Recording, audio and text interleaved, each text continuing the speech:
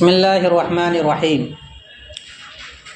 او انزل بوطء میتۃ او بہیمۃ او بتخفیض او بتبطین او قبلۃ او لمس او افسد صوم غیر اداء رمضان۔ بیان چل رہا ہے ان صورتوں کا جن میں صرف روزہ ٹوٹتا ہے اور کفارہ واجب نہیں ہوتا ہے۔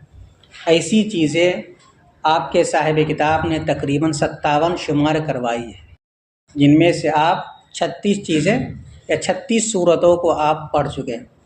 37ویں صورت یہ ہے کہ ایک شخص کسی مری ہوئی عورت کے ساتھ ہم بستری کرے اور انزال ہو جائے، تو ایسی صورت میں صرف قضا ہے، کفارہ نہیں ہے، اس لیے کہ جانب واحد ہی سے شہوت پائی جاتی، جانب آخر میں شہوت ہی نہیں ہے، تو جب تک شہوت کامل نہ ہو تو اس صورت میں کفارہ واجب نہیں ہوتا ہے۔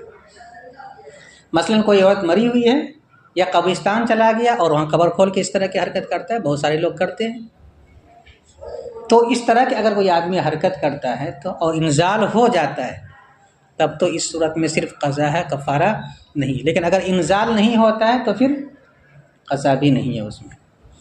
او انزل بوطء میتۃ، نمبر 37، یا وہ مردہ عورت کے ساتھ ہم بستری کرے اور انزال ہو جائے، یا انزال ہو جائے مردہ عورت کے ساتھ ہم بستری کرنے کی وجہ سے۔ نمبر 37، او بہیمۃ، یا کسی جانور کے ساتھ لواطت کرنے کی وجہ سے، جانور کے ساتھ بدفعلی کا معاملہ کرتا ہے اور انزال ہو جاتا ہے تو اس صورت میں قضا ہے، کفارہ نہیں۔ نمبر 39، او بتخفیض، یا ران میں اپنی شرمگاہ کو رگڑنے کی وجہ سے انزال ہو جائے۔ کبھی آدمی اپنی شہوت کو اس طرح پوری کرتا ہے تو اگر انزال ہو جاتا ہے تو اس میں قضا ہے، کفارہ نہیں۔ نمبر 40، او بتبطین، یا پیٹ میں رگڑنے کی وجہ سے، یعنی عضو تناسل کو پیٹ میں رگڑنے کی وجہ سے اگر انزال ہو جاتا ہے تو اس صورت میں صرف قضا ہے، کفارہ نہیں۔ مثلا بیوی ہی کے ساتھ دل لگی کا معاملہ کر رہا تھا، ہم بستری تو نہیں کر رہا ہے لیکن پیٹ میں اس طرح رگڑا کہ اس کی وجہ سے پانی بہہ گیا یا انزال ہو گیا تو اس صورت میں قضا ہے، کفارہ نہیں۔ نمبر 41، او قبلۃ، یا بوسہ لینے کی وجہ سے انزال ہو جائے، بوسہ لیا اور انزال ہو گیا تو اس صورت میں قضا ہے، کفارہ نہیں۔ او لمس، یا کسی عورت کو ہاتھ لگانے کی وجہ سے، چھونے کی وجہ سے، لمس مراد لمس بالید، چھونے کی وجہ سے انزال ہو جاتا ہے تو اس صورت میں قضا ہے اور کفارہ نہیں ہے۔ تو نمبر 42، او لمس، یا چھونے کی وجہ سے انزال ہو جائے، سب کا تعلق انزلہ سے، انزلہ کا تعلق بوطء میتۃ، بہیمۃ، تفقیض، تبطین، قبلۃ او لمس، سب سے، تمام صورتوں میں اگر انزال ہو جاتا ہے تو قضا ہے، کفارہ نہیں۔ نمبر 43، ایک آدمی رمضان کا ادا روزہ کے علاوہ کسی اور روزہ کو وہ توڑ دیتا ہے رکھنے کے بعد۔ مثلا نفل روزہ رکھا ہوا تھا، شوال کے 10 روزے کے بارے میں آپ نے پڑھا کہ اگر کوئی آدمی اس کو رکھتا ہے تو صائم الدہر جیسا ان کو ثواب ملتا ہے۔ تو اگر کوئی آدمی ایک روزہ رکھا اور روزے کو توڑ دیا تو اب اس میں صرف قضا ہے، کفارہ نہیں۔ یا رمضان کا قضا روزہ وہ رکھ رہا ہے اور قضا روزے کو رکھنے کے بعد توڑ دیتا ہے تو اس صورت میں صرف قضا ہے، کفارہ نہیں۔ تو یہ کفارے کی جو بات ہے صرف رمضان کے ادا روزے سے متعلق ہے۔ رمضان کے ادا روزہ کو اگر جان بوجھ کر کے توڑ دیتا ہے تو اس صورت میں قضا کے ساتھ کفارہ بھی ہے، اسی کو کہتے ہیں۔ نمبر 43، او افسد صوم غیر اداء رمضان، یا رمضان کا ادا روزہ کے علاوہ، رمضان کے ادا روزہ کے علاوہ روزے کو توڑ دے تو اس صورت میں کیا ہے، قضا ہے، کفارہ ہے۔ مثلا بیوی سے مل لیتا ہے، مثلا کھا لیتا ہے، مثلا پی لیتا ہے۔ نمبر 44، او وطئت وہی نائمۃ، ایک عورت یا بیوی سوئی ہوئی تھی، اس کے ساتھ حالت روزے میں تھی وہ اور سوئی ہوئی تھی، شوہر جا کر اسی حالت میں مل لیتا ہے، اس کو کوئی خبر نہیں، تو اس صورت میں بیوی پر صرف کیا ہے، قضا ہے، کفارہ نہیں ہے۔ البتہ شوہر اگر روزے سے تھا اور رمضان کی حالت میں اس طرح کی حرکت کیا تھا تو اب اس کے ذمے میں قضا بھی ہے اور کفارہ بھی۔ او وطئت وہی نائمۃ، یا اس سے جمع کر لیا جائے جبکہ وہ سو رہی ہو۔ نمبر 44۔ نمبر 45، او اقترت فی فرجہا علی الاصح، یا عورت اپنی اگلی شرمگاہ میں کوئی چیز ٹپکا لے، دوا وغیرہ داخل کر لے، تو اس صورت میں بھی کیا ہے، روزہ اس کا فاسد ہو جائے گا، اس میں قضا ہے، کفارہ نہیں۔ تیل ڈال لے، دوائی ڈال لے، یا مثلا انفیکشن وغیرہ ہو گیا ہے، ڈاکٹر نے دوائی دیا ہے، وہ اس کو رکھتی ہے اس کے اندر تاکہ وہ انفیکشن ختم ہو جائے، تو اس صورت میں صرف قضا ہے، کفارہ نہیں۔ نمبر 46، او ادخل اصبعہ، یا مرد اپنی پچھلی شرمگاہ میں پانی یا تیل سے تر انگلی کو داخل کرے، تو اس بنیاد پر بھی روزے کی قضا ہے، کفارہ نہیں ہے۔ مثلا خارش ہو رہی ہے اور اس طرح کر رہا ہوا، یا ویسے ہی کر رہا ہے، کبھی کبھی کسی آدمی کو ایڈس کی بیماری ہو جاتی ہے تو وہ اس طرح کی حرکت کرتا ہے، تو اگر روزے کی حالت میں اس طرح کی حرکت کرے، چاہے تیل لگا کر کے ہو یا پانی وغیرہ لگا کے ہو یا دوائی لگا کر کے ہو، بہرحال روزے کی قضا اس کے ذمے کرنی ضروری ہوگی، کفارہ واجب نہیں ہوگا۔ نمبر 46، یا مرد اپنے بھیگے ہوئے انگلی کو، پانی یا تیل سے بھیگے ہوئے انگلی کو وہ اپنی پچھلی شرمگاہ میں داخل کرے، اس میں 47 بھی ہے اور 46 دونوں ہیں۔ نمبر 48، او ادخلتہ فی فرجہا الداخل فی المختار، یا عورت اپنی اگلی شرمگاہ کے داخل میں انگلی کو داخل کرے، تیل پانی سے بھیگی ہوئی انگلی کو یا تیل سے بھیگی ہوئی انگلی کو داخل کرتی ہے، تو اس صورت میں اس کے ذمے بھی قضا ہے اور کفارہ واجب نہیں۔ نمبر 49، او ادخل قطنۃ فی دبرہ، یا مرد اپنی پچھلی شرمگاہ میں روئی کو داخل کر لے، تو اس بنیاد پر بھی ہے، اس میں کیا ہے، قضا ہے، کفارہ واجب نہیں۔ او فی فرجہا، نمبر 50، فی فرجہا الداخلی، یا عورت اپنی اگلی شرمگاہ کے فرج داخل میں، یا عورت اپنے فرج داخل میں روئی کو داخل کر لے، وغیبہا، اور اسے چھپا دے، تو اس صورت میں بھی قضا ہے، کفارہ واجب نہیں ہے۔ یا کوئی بھی منجمد چیز اگر وہ اس طرح کی حرکت حالت روزہ میں کرتی ہے تو اس صورت میں قضا ہے، کفارہ واجب نہیں ہے۔ نمبر 51، او ادخل حلقہ دخانا بصنعہ، یا مرد اپنے اختیار سے دھوئیں کو اپنے حلق میں داخل کرے، مثلا بیڑی پی لے، سگریٹ پی لے، تو اس صورت میں قضا ہے، کفارہ واجب نہیں ہے۔ نمبر 52، او استقاء ولو دون ملء الفم فی ظاہر روایہ وشرط ابو یوسف رحمہ اللہ ملء الفم، یا ایک آدمی جان بوجھ کر کے کرے اگرچہ وہ منہ بھرنے سے کم ہو، ظاہری روایت کے مطابق کہتے ہیں کہ اس صورت میں روزہ ٹوٹ جائے گا۔ البتہ امام یوسف رحمۃ اللہ علیہ کہتے ہیں کہ روزہ اس شرط کے ساتھ ٹوٹے گا جبکہ وہ منہ بھر جائے، تو اس صورت میں روزہ ٹوٹے گا، ورنہ روزہ نہیں ٹوٹے گا۔ آپ کو بتلا چکے ہیں قے کی تقریباً 12 صورتیں ہیں۔ ایک صورت یہ ہے کہ خود بخود قے ہو جائے، دوسری صورت ہے جان بوجھ کر کے قے کرے، پھر ان دونوں میں سے ہر ایک کی دو صورتیں، یا تو وہ منہ بھر کر کے ہو یا منہ بھرنے سے کم ہو، یہ 4 صورتیں ہو جائے گی، اور 4 صورتوں کی پھر ہر 4 صورت کی 3 صورتیں ہیں، یا تو وہ خود بخود لوٹ جائے یا خود بخود لوٹ جائے، نمبر 1۔ نمبر 2، وہ اس کو لوٹا لے، لوٹے نہیں، جان بوجھ کر کے نگل لیتا ہے، لوٹا لیتا ہے، اور نمبر 3 وہ اس کو باہر پھینک دیتا ہے، کہ کل ملا کر کے 12 صورتیں ہیں۔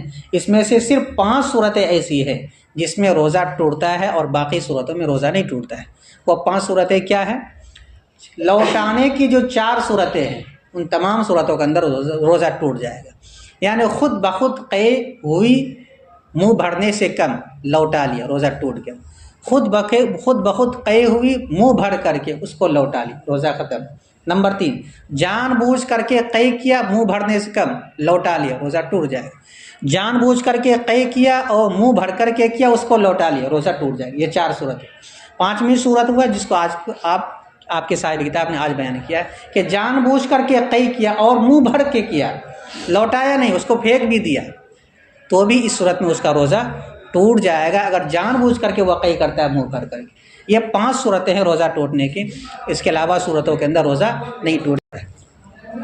نمبر 52، یا وہ جان بوجھ کر کے قے کرے اگرچہ وہ منہ بھر کر کے ہو، ظاہری روایت کے مطابق، یعنی روزہ ٹوٹ جائے گا اور اس میں کفارہ واجب نہیں ہوگا۔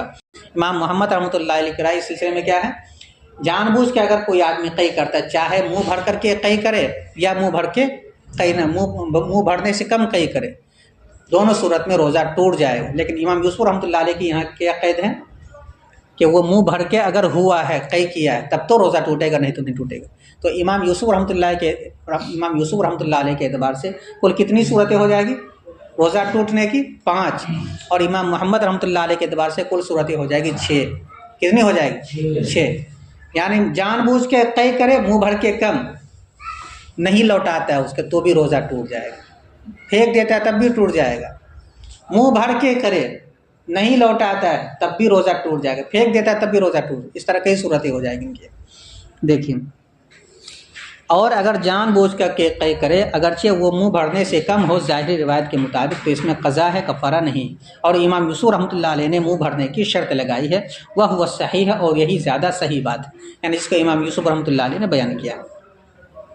نمبر 53، او اعاد ما زرعہ من القیء وکان ملء الفم، یا وہ اس قی کو لوٹا لے جو قی اسے ہوئی ہے اگرچہ وہ منہ بھرنے سے کم ہو، یا وہ اس قی کو لوٹا لے جو قی ہوئی ہے درا حال ہے کہ وہ منہ بھر کر قی ہو اور وہ اسے اپنا روزہ یاد ہو، تو اس صورت میں روزہ ٹوٹ جائے گا، اس میں قضا کفارہ نہیں ہے۔ لیکن مفتابی قول کیا ہے کہ لوٹانے کی صورت میں چاہے منہ بھر کر کے ہو یا نہ ہو، بہر صورت اس کا روزہ ٹوٹ جائے گا، اس پر قضا ہے، کفارہ واجب نہیں ہے۔ نمبر 54، او اکل ما بین اسنانہ وکان قدر الحمصۃ، یا وہ اپنے درمیان دانتوں کے درمیان کی کسی چیز کو کھا لے جبکہ وہ چنے کے بقدر ہو، تو اس صورت میں قضا ہے، کفارہ نہیں۔ اور اگر اس سے کم رہتا ہے تو اس صورت میں روزہ نہیں ٹوٹے گا، آپ پڑھ چکے ہیں۔ نمبر 55، او نوى الصوم نہارا بعد ما اکل ناسیا قبل ایجاد نیتہ من النہار، نیت کا اصل وقت کیا ہے؟ اول عبادت، یعنی صبح صادق کے وقت نیت کرنی چاہیے، لیکن احناف کے یہاں گنجائش یہ ہے کہ ظہر کبریٰ سے پہلے بھی نیت کر سکتا ہے۔ اس سلسلے میں ایک مسئلہ کل آپ پڑھے ہیں کہ اگر کوئی آدمی دن میں نیت کرتا ہے اور نیت کرنے کے بعد روزے کو توڑ دیتا ہے، تو اس صورت میں صرف قضا ہے، کفارہ نہیں ہے، اس لیے کہ ائمہ ثلاثہ کے مطابق اس کا روزہ ہی صحیح نہیں ہوا، کیونکہ ان کے یہاں رات سے نیت کرنی ضروری ہے۔ احناف کے یہاں ظہر کبریٰ سے پہلے نیت کر سکتے ہیں۔ اس اختلاف ائمہ کے بنیاد پر قضا کفارہ اس کے ذمے سے ساقط ہو جائے گا، لیکن قضا اس کو بہرحال کرنی پڑے گی۔ اسی طرح ایک مسئلہ یہ ہے کہ ایک آدمی بھولے سے کھا لیا دن میں، روزہ کا وقت شروع ہو جانے کے بعد کچھ کھا لیتا ہے بھولے سے یا پی لیتا ہے، اس کے بعد پھر وہ نیت کرتا ہے اور نیت کرنے کے بعد پھر روزے کو توڑ دیتا ہے، تو اس صورت میں اس کا روزہ ہوگا کہ نہیں؟ کہتے ہیں کہ اس صورت میں اس کا روزہ نہیں ہوگا، البتہ اس دن کے روزے کی صرف وہ قضا کرے گا، کفارہ نہیں کرے گا۔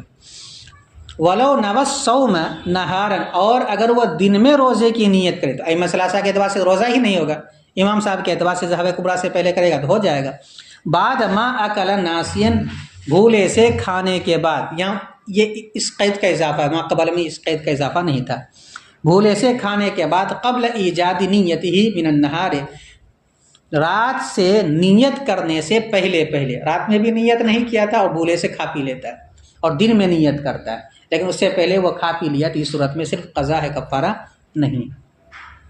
نمبر 56، او اغمی علیہ ولو جميع الشہر، یا یہ کہ اس پر بے ہوشی طاری ہو جائے اگرچہ مکمل مہینہ ہو، تو اس صورت میں صرف قضا ہے، کفارہ نہیں۔ ایک آدمی مثال کے طور پر 2 رمضان کو بے ہوش ہو گیا، تو جتنا دن وہ بے ہوش رہے گا، اگر رمضان کے دنوں میں اس کو افاقہ ہو جاتا ہے آخر ایام میں، تو اس صورت میں رمضان کے بعد اس کی قضا کرے گا۔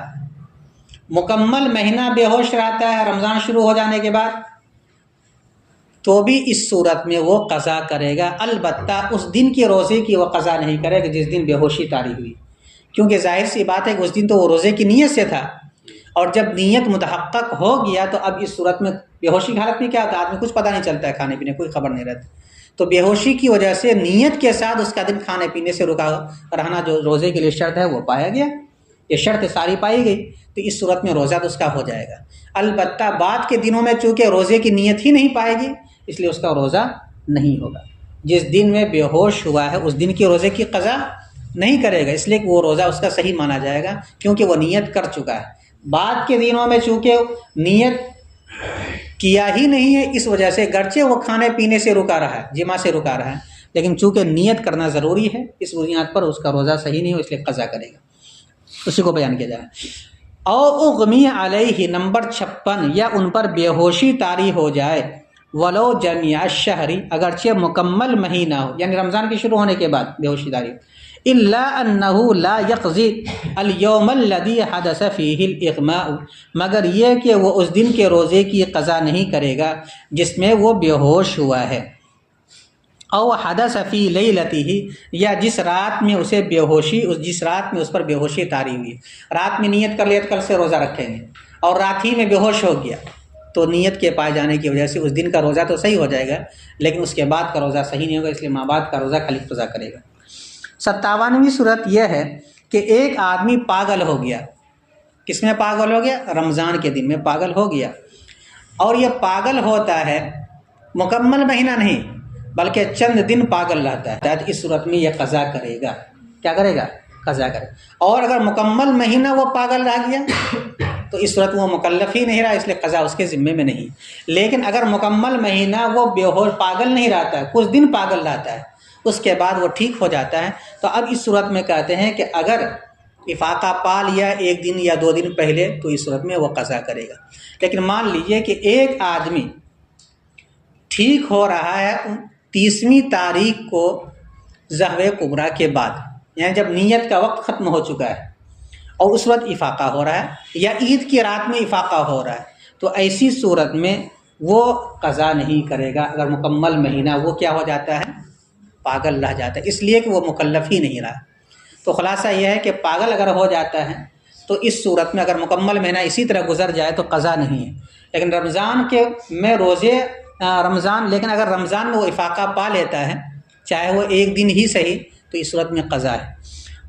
نمبر 57، او جن غیر ممتد جمیع الشہر، یا وہ پاگل ہوا جو 1 مہینے تک دراز نہیں رہا پاگل پر، ولا یلزمہ قضاؤہ بافاقتہ لیلا، اور اس پر قضا لازم نہیں ہے اس کے افاقہ پا لینے سے رات میں، رات کا مطلب اگلی رات میں جو عید کی رات، او نہارن، یا دن میں بعد فوات وقت نیت فی الصحیح، نیت کے وقت کے ختم ہو جانے کے بعد، یعنی ظہر کبریٰ کے بعد 30 تاریخ کو افاقہ ہو رہا ہے، پھر صحیح، تو بھی اس صورت میں اس کے ذمے میں کیا ہے؟ قضا نہیں ہے۔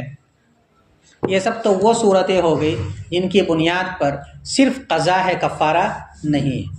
اور اس کے علاوہ اور بھی بہت ساری صورتیں ہیں جو آج کل پائی جاتی ہے اور جدید ٹیکنالوجی کی بنیاد پر وجود پذیر ہوئی ہے وہ صورتیں، ان صورتوں میں روزہ ٹوٹنے کا کیا حکم ہے اس کو جاننا ضروری ہے۔ مختلف صورتیں ہیں۔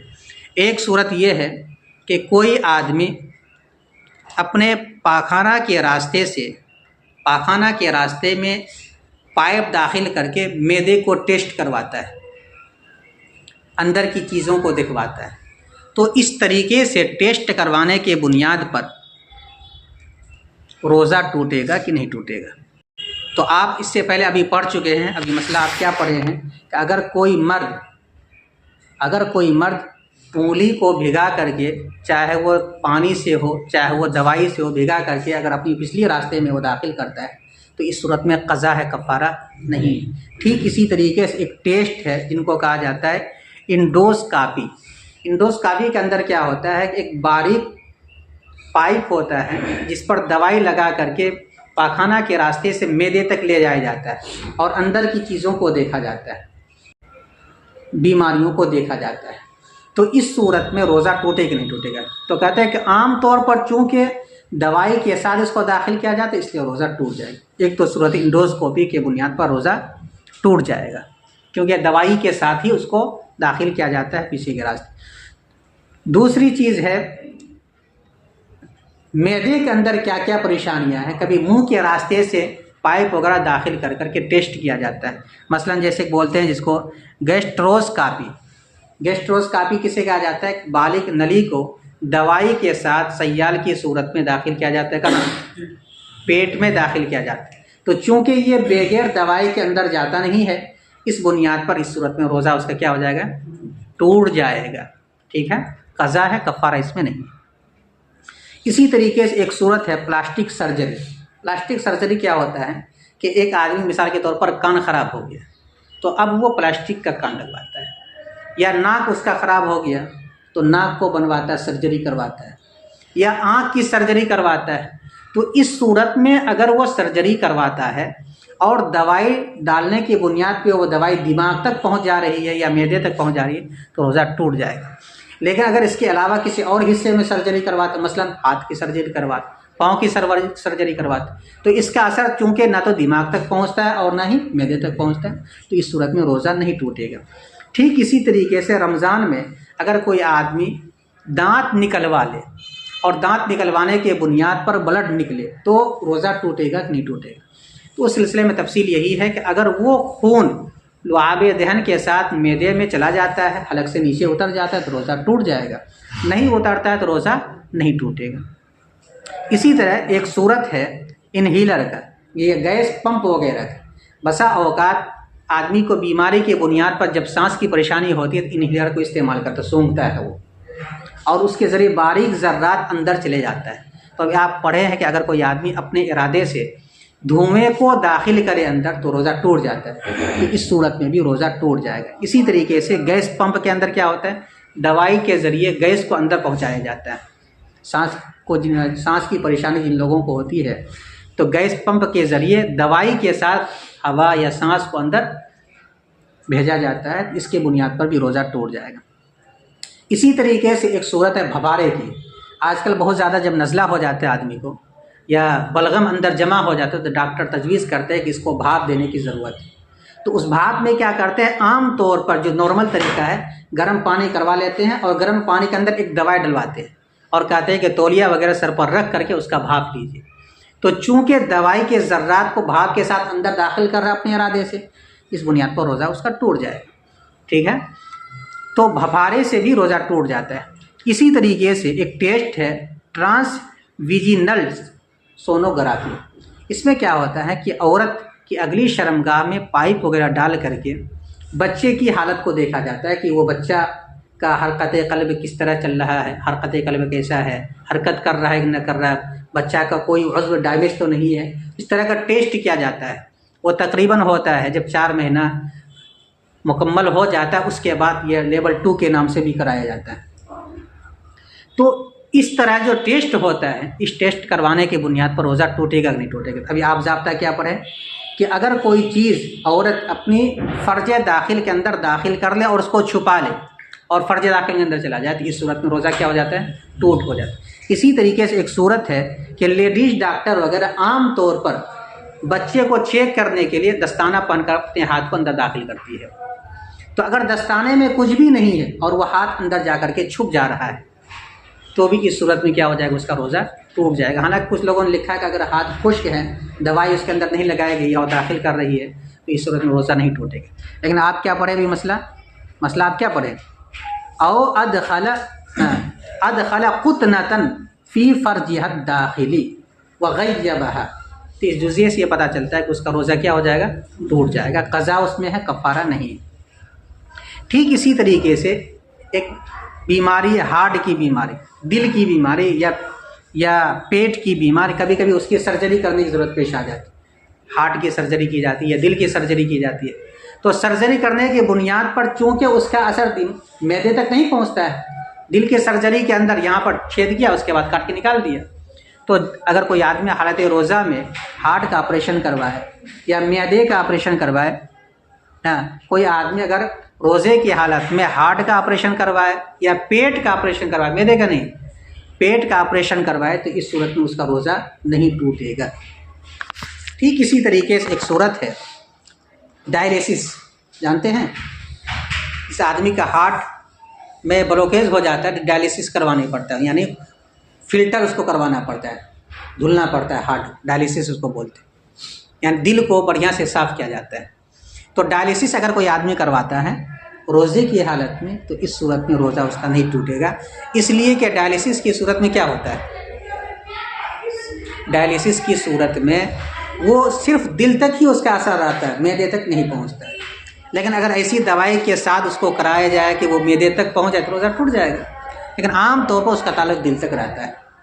ٹھیک اسی طریقے سے ایک اور ٹیسٹ ہوتا ہے جس کو کہا جاتا ہے انجیوگرافی یا انجیوپلاسٹ۔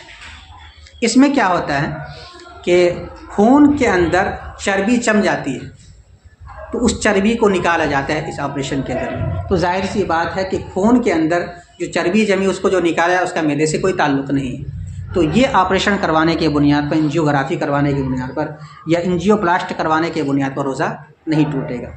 اسی طریقے سے آکسیجن کا معاملہ ہے کہ ایک آدمی کو کبھی کبھی سانس کی پریشانی ہوتی ہے تو ڈائریکٹ اس کے ناک پہ لے جا کر کے آکسیجن لگا دیا جاتا ہے، اس میں دوائی کی بالکل آمیزش نہیں ہوتی، تو اس صورت میں اس کا روزہ نہیں ٹوٹے گا۔ ٹوٹے گا؟ نہیں ٹوٹے گا۔ اسی طریقے سے ایک اور صورت ہے انجیکشن لگوانا۔ انجیکشن لگوانے سے بھی روزہ نہیں ٹوٹتا ہے۔ کوئی آدمی پانی چڑھوا لے تو پانی چڑھوانے سے بھی روزہ نہیں ٹوٹتا ہے۔ اسی طریقے سے کوئی آدمی اپنا بلڈ کسی اور کو ڈونیٹ کر دے روزے کی حالت میں، کمزوری تو آئے گی لیکن روزہ اس کا نہیں ٹوٹے گا۔ اس کے علاوہ کچھ صورتیں اور ہیں جس کو مکروہ کہا جاتا ہے، یا مثال کے طور پر ایک صورت یہ ہے کہ کبھی کبھی آدمی کا پیشاب رک جاتا ہے تو پائپ پیشاب کے راستے میں داخل کر کے اسٹون وغیرہ کو نکالا جاتا ہے، توڑ کر کے یا ویسے نکالا جاتا ہے۔ تو اس طرح اگر اگلی شرمگاہ میں پیشاب کے راستے میں پائپ وغیرہ داخل کر کے نکالے تو روزہ ٹوٹے گا کہ نہیں ٹوٹے گا؟ آپ پڑھ چکے ہیں کہ اگر کوئی مرد اپنی اگلی شرمگاہ میں پانی یا تیل ٹپکا دے تو اس سے کیا ہوتا ہے؟ روزہ ٹوٹ جاتا ہے۔ اس میں قضا ہے، کفارہ نہیں۔ ٹھیک اسی طریقے سے اگر پائپ وغیرہ داخل کرتا ہے تو داخل کرنے کے بعد اس کا روزہ ٹوٹ جائے گا، جیسا کہ آپ کے صاحب کتاب نے، لیکن اس میں علماء کا اختلاف ہے۔ امام یوسف رحمۃ اللہ علیہ کے یہاں تو روزہ ٹوٹ جائے گا جیسا کہ آپ کے صاحب کتاب نے اختیار کیا، لیکن حضرات طرفین کی رائے اس سلسلے میں یہ ہے کہ مثانے سے معدے کا کوئی تعلق نہیں ہے، اور مفسد صوم جو ہے وہ مثانے تک کسی چیز کا پہنچنا یا دماغ تک پہنچنا ہے۔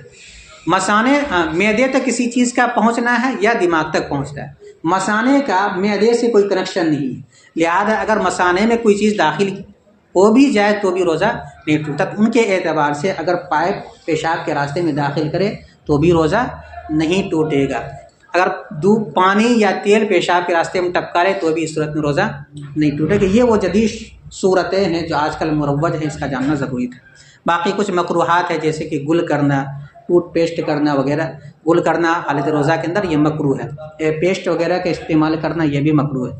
ٹھیک اسی طرح سے کوئی آدمی کچھ چکھ لے لیکن اس کو نگلے نہیں تو چکھنا یہ سب مکروہات کے قبیل سے ہے۔ ایک مرتبہ ترجمہ پھر سے دیکھو۔ نمبر 37، یا مردہ عورت کے ساتھ ہم بستری کرنے کی وجہ سے انزال ہو جائے۔ نمبر 38، یا جانور کے ساتھ بدفعلی کی وجہ سے انزال ہو جائے۔ نمبر 39، یا ران میں عضو تناسل کو رگڑنے کی وجہ سے انزال ہو جائے۔ نمبر 40، یا پیٹ میں عضو تناسل کو رگڑنے کی وجہ سے انزال ہو جائے۔ نمبر 41، بوسہ لینے کی وجہ سے انزال ہو جائے۔ نمبر 42، عورت کو ہاتھ لگانے کی وجہ سے یا چھونے کی وجہ سے انزال ہو جائے تو قضا ہے، کفارہ نہیں۔ نمبر 43، یا وہ رمضان کے ادا روزہ کے علاوہ روزہ کو توڑ دے، چاہے وہ جماع کے ذریعے ہو، کھانے پینے کے ذریعے ہو، قضا ہے، کفارہ نہیں۔ نمبر 44، یا عورت سے ہم بستری کر لی جائے اس حال میں کہ وہ سو رہی ہو۔ نمبر 45، یا عورت اپنی شرمگاہ میں پانی ٹپکا لے، ٹھیک ہے، علی الاصح، اصح قول کے مطابق روزہ ٹوٹ جائے گا، یہ امام یوسف رحمۃ اللہ علیہ کے بقول ہے۔ نمبر 46، او ادخل اصبعہ مبلولۃ بماء، یا مرد پانی سے بھیگے ہوئے انگلی کو اپنی پچھلی شرمگاہ میں داخل کرے۔ نمبر 47، یا مرد تیل سے بھیگے ہوئے انگلی کو اپنی پچھلی شرمگاہ کے اندر داخل کرے۔ نمبر 48، یا عورت اپنے فرج داخل میں انگلی کو داخل کرے جس کو پانی سے یا تیل سے یا کسی اور چیز سے بھگا دیا گیا، مختار قول کے مطابق۔ نمبر 49، یا مرد روئی کو اپنی پچھلی شرمگاہ کے اندر پیچھے کے راستے میں داخل کرے، یا عورت نمبر 50، یا عورت اپنے فرج داخل میں روئی کو داخل کرے اور اسے چھپا دے تو بھی اس صورت میں کیا قضا ہے، کفارہ نہیں۔ نمبر 51، یا مرد اپنے ارادے سے دھوئیں کو اپنے حلق میں داخل کرے۔ نمبر 52، یا آدمی یا روزے دار جان بوجھ کر کے قے کرے اگرچہ وہ منہ بھرنے سے کم ہو، اور امام یوسف رحمۃ اللہ علیہ نے منہ بھرنے کی قید لگائی ہے، وہ صحیح اور یہی زیادہ صحیح قول ہے۔ نمبر 53، یا قے ہوئی یا وہ لوٹا لے تو یا روزے دار لوٹا لے اس قے کو جو خود بخود ہوئی ہے اور وہ منہ بھر کر کے ہے، اس حال میں کہ اسے اپنا روزہ یاد ہے۔ نمبر 54، یا وہ اپنے دانت کے درمیان کی چیز کو کھا لے جب کہ وہ چنے کے بقدر ہو۔ نمبر 55، یا وہ دن میں روزے کی نیت کرے بھول کر کھا لینے کے بعد، دن میں نیت کرنے سے پہلے۔ نمبر 56، یا اس پر بے ہوشی طاری ہو جائے اگرچہ مکمل مہینہ ہو تو بھی اس صورت میں وہ قضا کرے گا، سوائے اس دن کے جس دن اس کو بے ہوشی ہوئی ہے یا جس رات میں وہ بے ہوش ہوا ہے۔ نمبر 57، یا وہ پاگل ہو جائے جو پورے مہینے تک نہ رہے اور اس پر قضا لازم نہیں ہے، رات میں اس کے افاقہ پا لینے کی وجہ سے یا دن میں نیت کے وقت کے ختم ہو جانے کی وجہ سے، یا دن میں نیت کے وقت کے فوت ہو جانے کے بعد افاقہ ہونے کی وجہ سے۔ مثلا 30 تاریخ کو وہ ذبح کبریٰ کے بعد وہ ٹھیک ہوتا ہے، اب اس صورت میں اس پر قضا نہیں ہے کہ صحیح اصح قول کے مطابق۔ بس